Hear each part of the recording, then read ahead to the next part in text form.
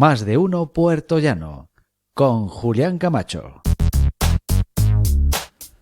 Seguimos con todos ustedes cuando son las 13 horas y 14 minutos. Estamos en directo tanto en Onda Cero Puertollano como en IMAX Televisión.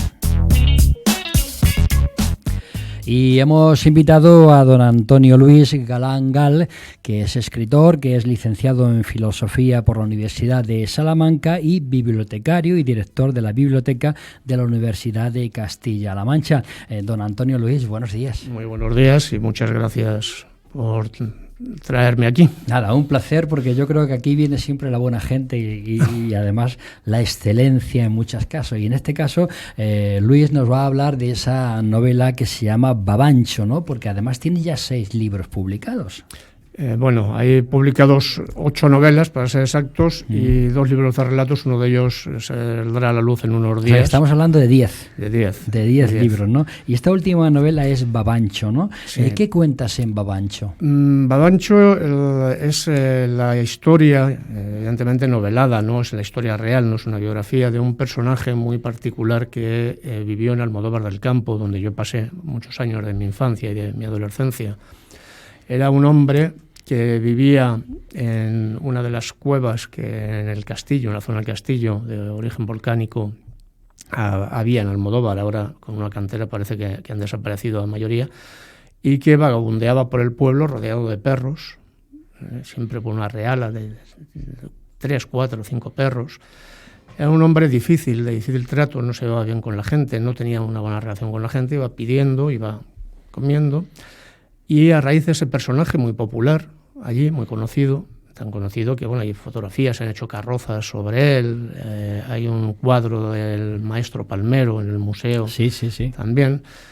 Pues a raíz de ese personaje he creado una historia que no es, como decía, la verdadera historia. La verdadera historia nadie la conoce. Llevó a ese hombre a vivir de esa forma y a ser tan huraño, pues no lo sabe nadie. Pero me gustaba mucho jugar con su imagen, porque además este hombre acabaron ingresándolo en una residencia e inmediatamente murió. Sí. Que daba mucho juego como símbolo de la libertad, ¿no? del okapi, el animal este que no puede vivir.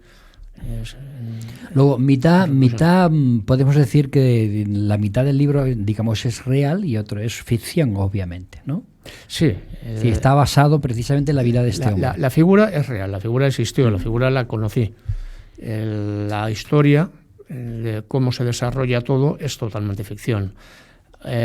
Muchos personajes están basados en personajes reales, pero que no son los que coincidieron con él en el tiempo, sino personajes que en ese momento de la historia personal de cada uno, que sobre todo la adolescencia, que uno se impregna de todo, pues de alguna forma me afectaron, me llenaron mucho. Sí.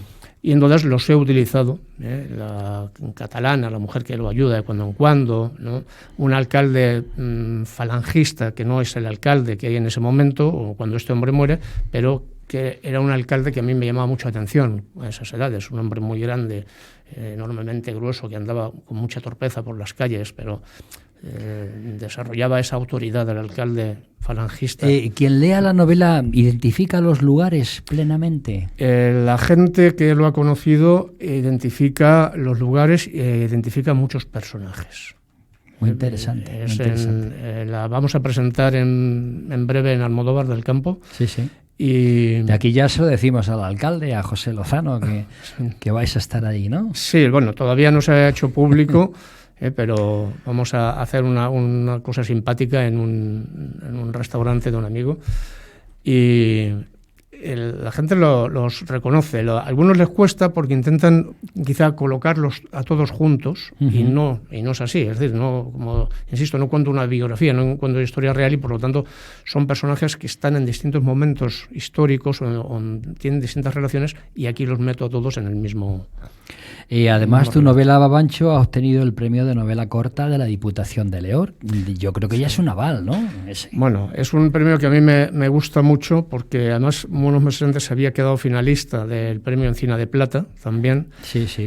Y me gusta mucho porque el Instituto de Leones de Cultura tenía un jurado magnífico, presidido por Luis Mateo Díez y con Rogelio Blanco.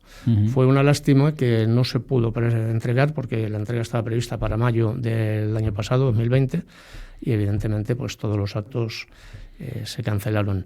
Se fue retrasando la publicación, un poco en espera de lo que ocurría con la pandemia y ver si se podía realizar o no ese acto de presentación ahí en León. Al final no ha sido posible y bueno, pues, bueno, se hará, ¿no? Esperemos que en algún momento se haga algo, ¿no? Sí, Porque, sin duda que sí, hombre, sin duda que sí. Antonio, ¿el buen novelista ha de ser forzosamente un buen narrador? Yo creo que sí.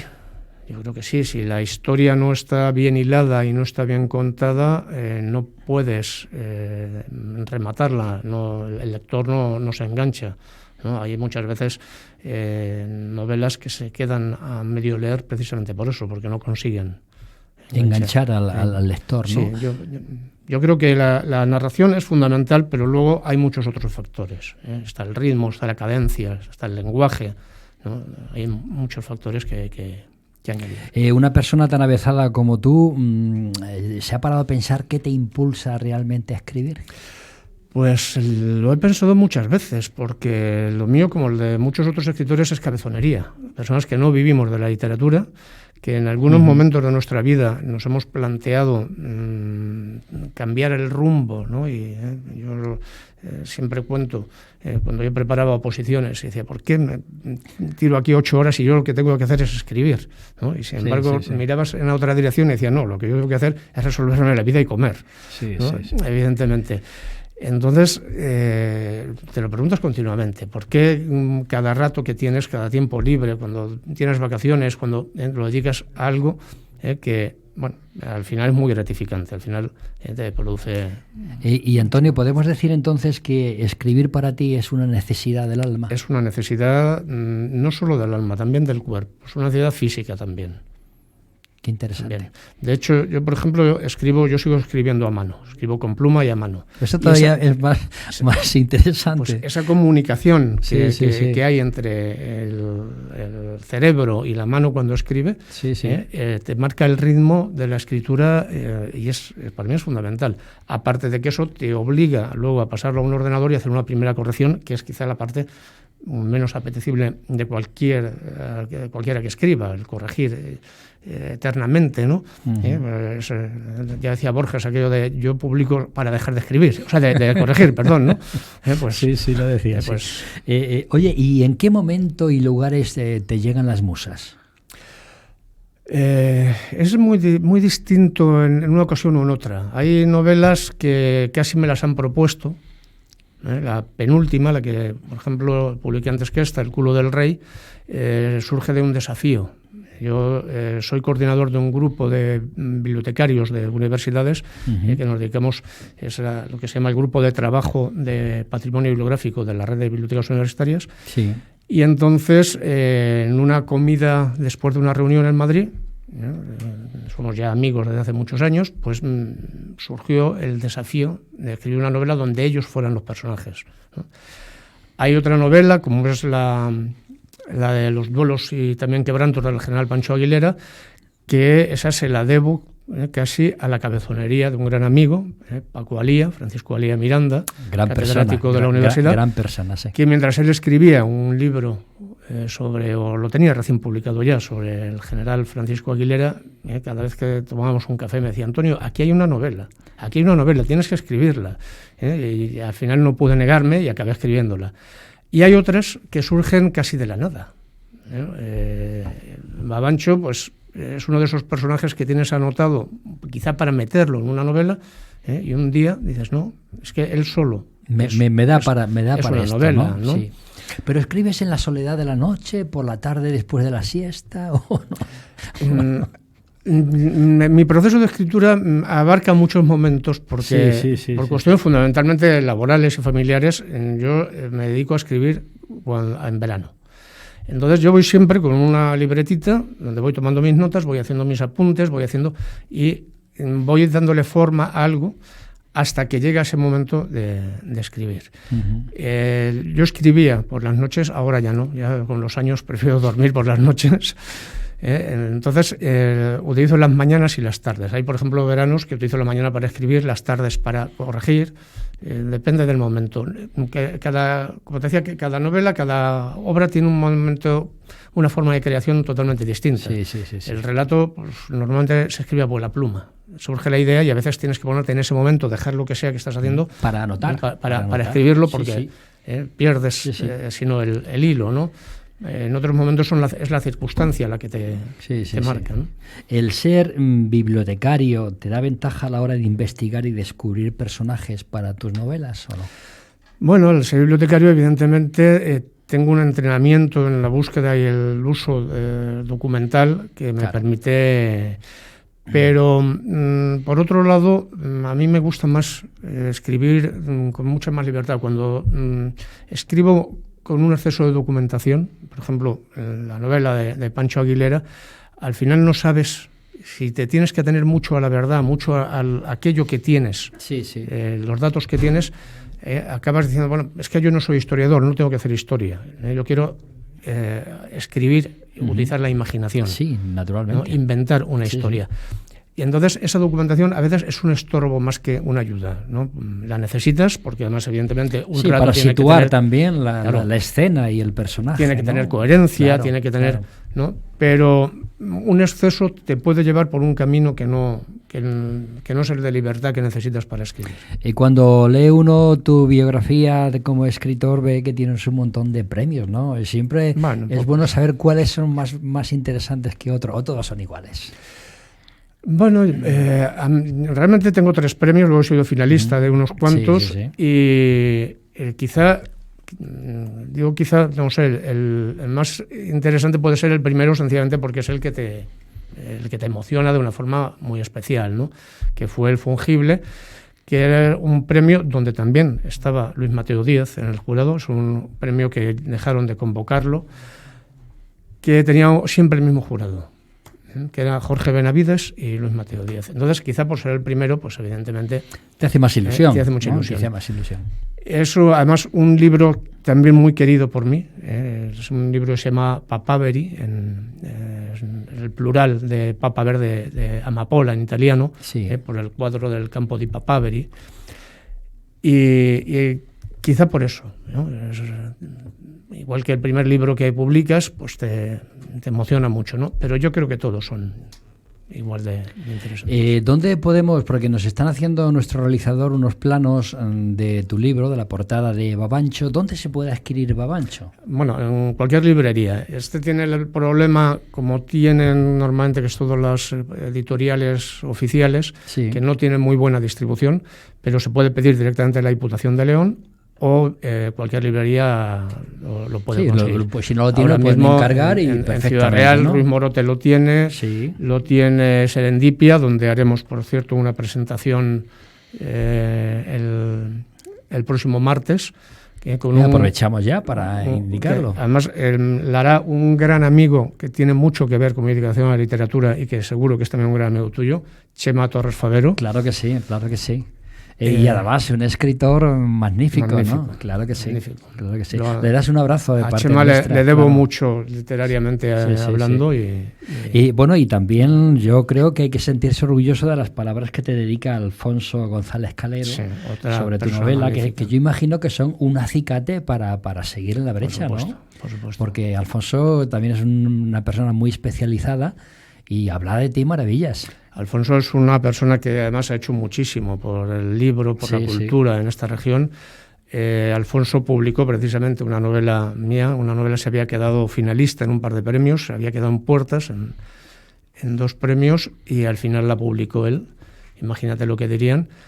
Y es un hombre, hace poco sabes que se le ha hecho un homenaje en Ciudad Real. Sí, lo sé. Y bueno, y aún tiene que recibir más, ¿no? Porque entiendo que se lo merece, ¿no? Es una de esas personas que la cultura le debe mucho. Sí, muchísimo. Antonio, a mí me gustaría, si a ti te apetece, que leyeras un trocito de algún capítulo que tú quisieras del libro, ¿no? Sí, encantado. Yo creo que además así nos hacemos todos una idea, porque ya saben ustedes que estamos hablando de Babancho, que es la novela de Antonio Luis Galán Gal. Pues si quieres el comienzo. Sí, por ¿no? ejemplo. Pues son capítulos muy cortos, ¿no? Sí. Y yo soy de los que creo que el inicio de una novela le da el cuerpo y el... Sin duda, y sin duda. todo, Que y sí, entonces sin creo duda. que es fundamental. El que habla es Babancho. Dice, me pesa el alma, me pesa el cuerpo como si estuviera lleno de plomo fundido, me pesan los años trabajosamente vividos, cada minuto, cada momento. Todos me llaman Babancho, aunque ellos no saben por qué. Yo, si alguna vez lo supe, ya lo he olvidado. Miro las estrellas mientras los perros duermen. A veces Tres Patas abre un ojo, como para asegurarse de que continúo aquí. No termina de creerse que nunca lo dejaré solo, como ninguno de ellos. Porque ellos morirán cuando les llegue el momento, no cuando yo los sueñe, como hacían los míos.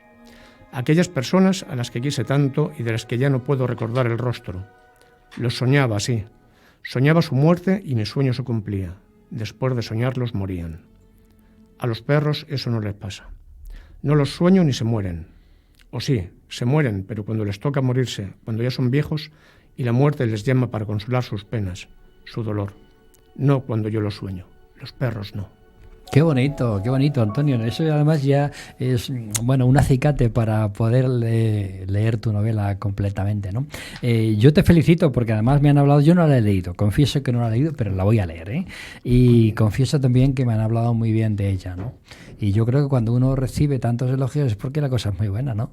Bueno, está gustando, no conozco cifras de venta porque no las... la Diputación no me ha pasado, pero vamos, sí sé que en las librerías se está agotando y están teniendo que volver a pedir y parece que está gustando. Ahora, ¿y qué opinan tus compañeros en la universidad, no? Bueno, los que me conocen y además muchos han seguido mi trayectoria, pues se alegran, como además buenos amigos, cada vez que sale un nuevo libro. Bueno, pero los amigos además tienen la obligación además, de ser objetivos, ¿no? Sí. Entonces yo creo que te han dicho lo que realmente piensan, Sí, ¿no? hay incluso algunos, yo cuando escribo tengo mis críticos, a los que personas que leen los textos y de los que me fío más que otros. Y sí, suelen hacer... Le habrás regalado el libro al nuevo rector, ¿no? Pues creo que todavía no se lo he hecho llegar a Julián, creo que todavía no... Mándaselo. Tengo que llegárselo. Mándaselo. Muy bien, pues don Antonio Luis Galán Gal, ha sido un placer, aquí tienes tu casa y además yo te quiero convocar para cuando llegue ya el fresquito otra vez, convocar para el programa Cuéntame de I+, Televisión, porque creo que eres un personaje que nos puede contar muchas más cosas que no solo en lo que hemos hablado en esta entrevista.